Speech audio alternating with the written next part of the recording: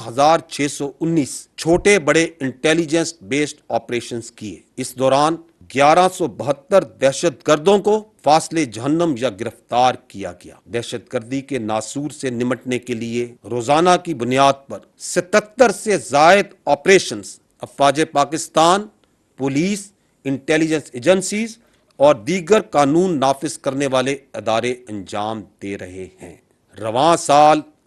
Operations کے دوران 95 officers اور جوانوں نے جام شہادت نوش کیا۔ دہشت گردی کے خلاف پاکستان کی کامیاب جنگ آخری دہشت گرد کے خاتمے تک جاری رہے گی انشاءاللہ۔ افواج پاکستان پرعزم ہیں کہ عوام کے تعاون سے ہم ہر چیلنج پر قابو پا لیں گے۔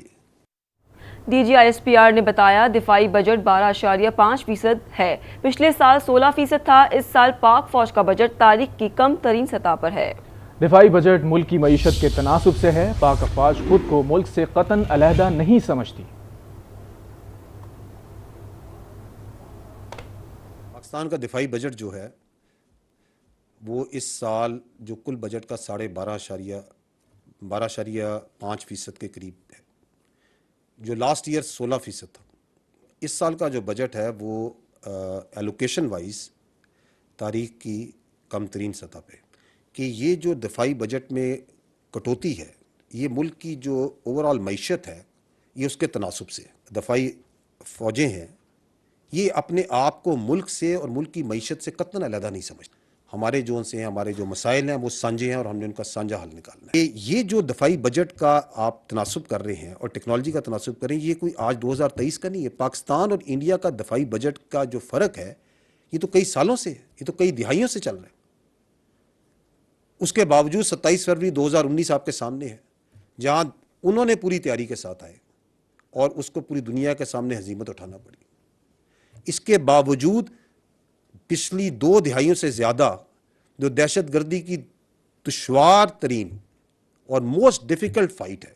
جو افغانستان میں 48 ملک جہاں ناکام ہو گئے، وہ کس ملک کی افواج نے لڑی اور کامیابی سے لڑ رہی ہے؟ آپ کی فوج لڑ رہی ہے۔ D G I S P R کو آپ نے سنی، اہم پریس کانفرنس اب سے چند گھنٹوں پہلے انہوں نے کی ہے۔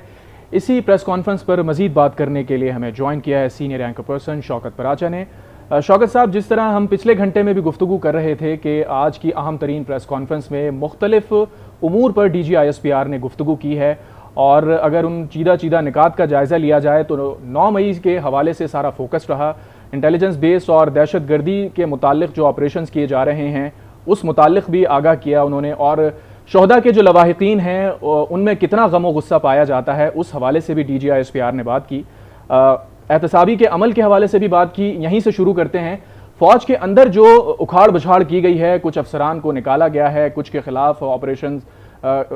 معاف کیجیے گا عدالتوں کے اندر ٹرائل جاری ہے، اس پر کیا کہیں گے؟ دیکھیں، کچھ تو افسروں کو نکالا گیا ہے باقاعدہ، جس میں ایک لیفٹیننٹ جنرل سمیت 3 سینئر آفیسرز ہیں، باقی 3 میجر جنرل، 7 بریگیڈیئر سمیت 15 افسران کے خلاف تعدیبی کارروائی جاری ہے۔ تو یہ ایکشن ہیں جو جاری ہیں۔ وہ 3 جو نکالے گئے، برخاست کر دیے گئے سروس سے، وہ تو ایکشن کمپلیٹ ہو گیا۔ باقیوں کے خلاف تعدیبی کارروائی جاری ہے۔ لیکن آپ یہ بھی مت بھولیں کہ جو بیگمات کے ذکر کیے گئے، دامادوں کے ذکر کیے گئے، یا ایک 4 سٹار جنرل کی نواسی کی بات کی گئی، تو وہ بھی ہم اس کو بھی فوج کے انٹرنل جو اکاؤنٹیبلٹی میکنزم ہے، میں تو نیسیسرلی اس کو بھی اسی حوالے سے دیکھ رہا ہوں۔ تو لہذا بات جو کلیئر ہے وہ یہ ہے کہ ایک نظام بنایا گیا اور اس نظام کے تحت وہ خود احتسابی کی گئی۔ کتنے ایکشن اور لیے جائیں گے، کیونکہ 102 بندوں کے خلاف بتایا گیا کہ ملٹری ٹرائل جاری ہے۔ وہ ملٹری ٹرائل جو ہے وہ دونوں جو فوج کے اندر والے نظام ہیں اسی کے مطابق جاری ہے۔ لہذا سب کے لیے یہ سبق ہے کہ ہم نے، یعنی فوج کے ذمے جو کام تھا وہ فوج نے کر دیا، فوج کے ذمے جو ایکشن لینے تھے وہ لے لیے۔ اب باقی جہاں جن لوگوں نے ایکشن لینے ہیں ان کے خلاف جو باقی ایکشن ہونے ہیں وہ تو سپریم کورٹ میں لوگ چلے گئے، اور اس وجہ سے میں پہلے بھی آپ سے کہہ رہا تھا کہ ایک سبجوڈس ہے معاملہ، سبجوڈس معاملہ جو ہے اس سبجوڈس معاملے کو ہم زیادہ تو ہائی لائٹ نہیں کر سکتے، لیکن بہرحال میں پھر بھی کہوں گا کہ ایک عمل کو جو احتساب کا عمل ہے اس کو روکنا نہیں چاہیے، اس کو آگے بڑھانا چاہیے۔ یقیناً احتساب کے عمل کو رکنا نہیں چاہیے، اور جو لوگ اس 9 مئی کے گھناؤنے واقعے کے اندر ملوث تھے ان کا احتساب ضروری ہے، لیکن ڈیو پروسیس بھی ضروری ہے۔ Senior anchor person Asma Shirazi نے بھی ہمیں جوائن کیا ہے۔ آسمہ، آپ کیا سمجھتی ہیں جو فوج کے اندر کارروائیاں کی گئی ہیں اور مزید کارروائیاں بھی جاری ہیں، سینئر ترین افسران کو برخاست بھی کیا گیا ہے اور ان کے خلاف انکوائری بھی چل رہی ہے یا ٹرائل چل رہا ہے، آپ کیا سمجھتی ہیں، کس طرح سے دیکھ رہی ہیں اس کو؟ یہ دیکھیے، یہ جو افسران جن کے خلاف تعذیبی کارروائی ہوئی ہے، یہ افسران وہ ہیں جنہوں نے 9 مئی کو اپنی جو فرائض ہیں ان کی ادائیگی نہیں کر پائے، جو ہماری اطلاعات ہیں۔ ابھی ظاہر ہے کہ اس پہ انویسٹیگیشن ہونی ہے کہ کون کون سے لوگ تھے جو کہ شاید تحریک انصاف کے ساتھ ہو سکتا ہے ملوث بھی ہوں، تو ابھی اسی لیے یہ جو 102 لوگ ہیں ان کی ٹرائل ابھی ہو رہی ہے، مگر مناسب یہ بہت ہوگا کہ جس طرح سے سویلینز جو ہیں ان کے کورٹ مارشل کی بات ہو رہی ہے یا ان کے ڈیٹیل سامنے آ رہی ہیں، تو ان کی بھی ڈیٹیلز مکمل طور پر سامنے آنی چاہیے اور نظر آنا چاہیے کہ کون کون سے لوگ تھے جو کہ اس طرح کی جو کارروائی تھی اس میں اپنے کام نہیں کر پائے۔ باقی دیکھیے، جہاں تک اس بات کا تعلق ہے کہ یہ کتنا بڑا معاملہ تھا، تو 9 مئی جو تھا وہ کافی اگر کسی بھی ملک میں ہوا ہوتا، اگر آپ دیکھیں کہ پوری دنیا کے اندر جن ممالک کی مثالیں کوٹ کی جاتی ہیں، اگر ان ممالک میں ہوا ہوتا، مثلا پینٹاگون پہ حملہ ہوا ہوتا یا ان کے کسی جو آپ نے دیکھا کانگریس پہ جب اٹیک ہوا الیکشنز کے بعد، تو اس پہ بھی پوری کارروائی کی گئی، تو جو بھی دہشت گردی کرے یا جو بھی قانون کو ہاتھ میں لے اس کے خلاف کارروائی ہونی چاہیے۔ سوال یہ تو اپنی جگہ پہ سب سے اہم بات ہے، لیکن جو اہم بات زیادہ ہے وہ یہ ہے کہ ٹرانسپیرنٹ ہونی چاہیے، بالکل وہ شفافیت کے ساتھ ہونی چاہیے، اس کو نظر آنا چاہیے کہ وہ ٹرائل کتنا شفاف انصاف ہوتا ہوا نظر آنا چاہیے، بالکل انصاف ہوتا ہوا نظر آنا چاہیے۔ تو میں خیال ہے کہ یہ چیزیں بہت اہم ہے۔ دوسری بات یہ کہ جو جنرل صاحب تھے انہوں نے ظاہر ہے کہ تحریک انصاف کا نام نہیں لیا، ان کے سربراہ کا نام نہیں لیا، کسی جگہ ان سے سوال بھی کیا گیا بار بار کہ یہ جو ہے وہ منصوبہ ساز یا جو بھی تھے، یا اس سے انہوں نے تحریک انصاف کا بطور جماعت بھی نام نہیں لیا، لیکن اس کے باوجود یہ تاثر بہت مضبوط طریقے سے جا رہا ہے کہ کہیں یہ کوئی پولیٹیکلی اس کو جو ہے وہ تو نہیں کیا جا رہا، یعنی سیاسی مقاصد کے لیے تو نہیں استعمال کیا جا رہا۔ تو میرا خیال ہے کہ یہ وہ سارے سوالات ہیں جو کہ وقت کے ساتھ ساتھ ان کے جوابات مل جائیں گے، لیکن ایک چیز جو کہ 9 مئی کو بہت واضح نظر آئی وہ یہ تھی کہ قانون کو ہاتھ میں لیا گیا، وہ ریڈیو پاکستان کی عمارت کو جلایا گیا، آپ نے دیکھا کہ مختلف جگہوں میں GHQ میں گھسنے کی کوشش کی گئی، کور کمانڈر ہاؤس کے گھر کو جلایا گیا، یہ سب جو ہے وہ دہشت گردانہ کاروائیاں ہیں، یہ قابل مذمت کاروائیاں ہیں، تو اس کے اوپر انصاف جو ہے وہ نظر آنا چاہیے، اور ملٹری کورٹس جو ہیں وہ ظاہر ہے کہ اب وہ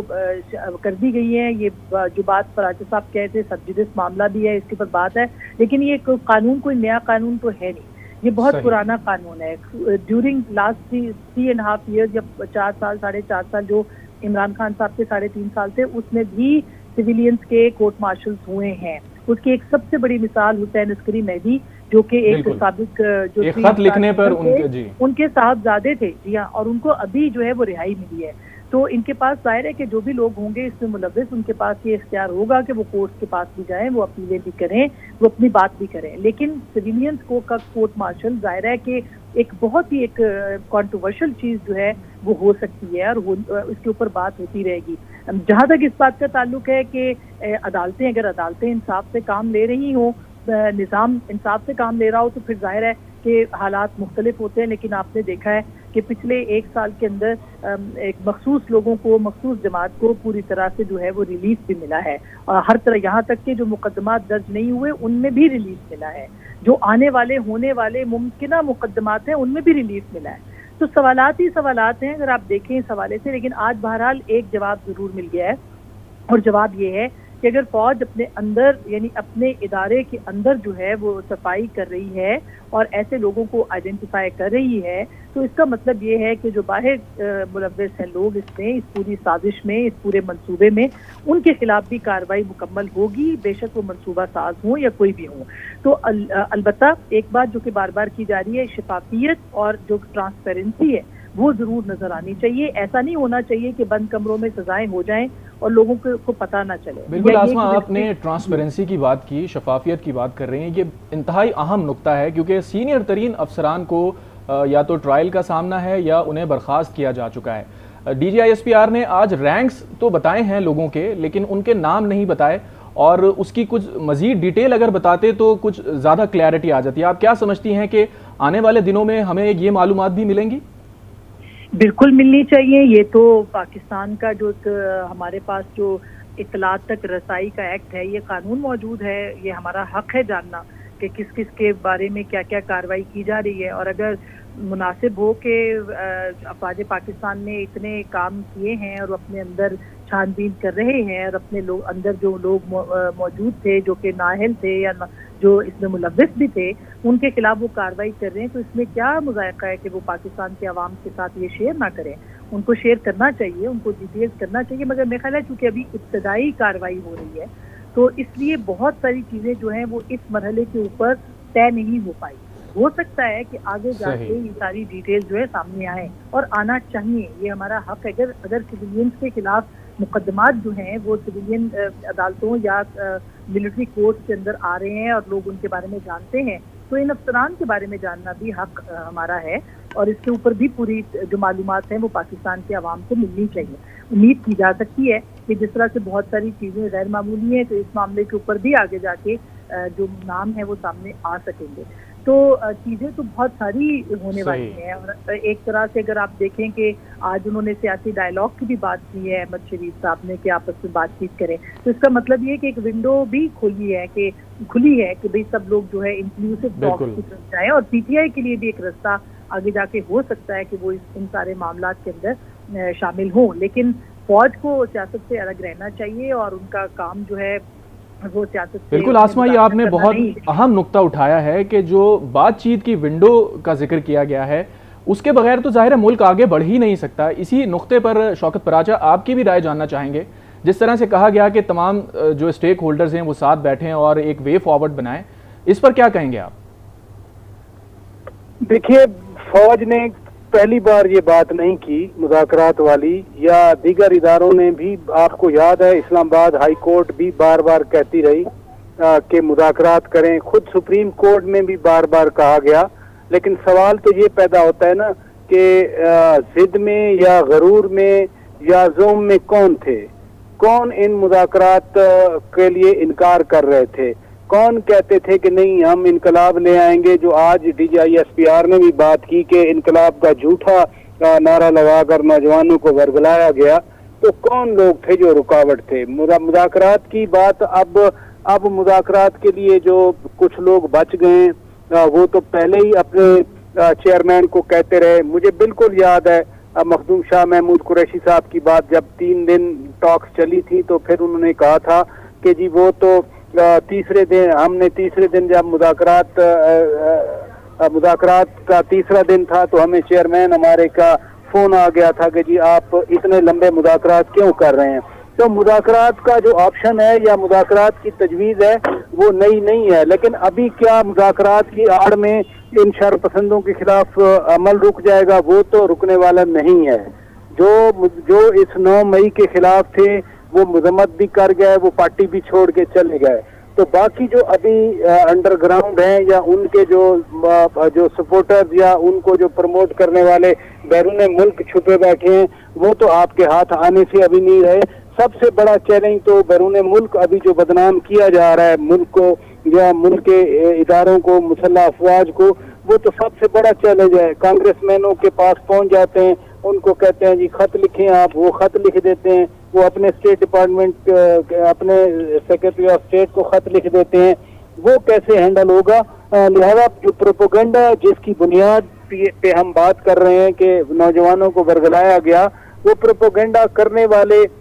کچھ انڈر گراؤنڈ ہو گئے اور کچھ جو ہیں وہ باہر بیٹھے ہوئے ہیں، وہ پروپیگنڈا تو مسلسل جاری ہے۔ ملکی انتشار ہو تو وہ براہ راست قومی سلامتی کے لیے خطرہ ہوتا ہے. یہ D G I S P R نے بھی کہا اور ہم خود بھی یہی سمجھتے ہیں. تو جو انتشار پھیلانے کی کوشش کی گئی ملک کے اندر وہ تو ناکام بنا دیا گیا اس کو, لیکن ملک کو بیرون ملک بدنام کر کے اور پھر کوئی اس طرح کا خدا نہ خواستہ اسٹیج بنائی جائے کہ ملک پر پابندیاں لگیں. مسئلہ صرف یہ نہیں ہے, ملک کا مسئلہ اور سب سے بڑا مسئلہ تو ملک کی اکانومی ہے. بالکل, ملک کی سیاست اتنا بڑا مسئلہ نہیں رہا, ملک کی اکانومی بہت بڑا مسئلہ ہے. اور ملک کی اکانومی کے لیے اگر خطرات پیدا کیے جائیں اس طرح سے کہ ملک پر خدا نہ خواستہ پابندیاں لگیں تو پھر تو ملک کے لیے اور بڑا مسئلہ ہوگا. لہذا یہ صورتحال اتنی سادہ اور آسان نہیں ہے. بالکل شوکت پراجا, آپ نے درست کہا, جس طرح سے صورتحال ڈیولپ ہو چکی ہے وہ اتنی کمپلیکس ہے کہ چیزیں کلیئر ہونا بہت ضروری ہیں, اور جن چیزوں کی آپ نے نشاندہی کی یقیناً اس پر مزید گفتگو بھی ہو سکتی ہے. D G I S P R major general Ahmed Sharif کی آج کی اہم ترین پریس کانفرنس, اس پر اپنا تجزیہ دے رہے تھے سینئر اینکر پرسن شوکت پراجا, اور ہمارے ساتھ موجود تھیں آسما شرازی. آپ دونوں کا بہت شکریہ.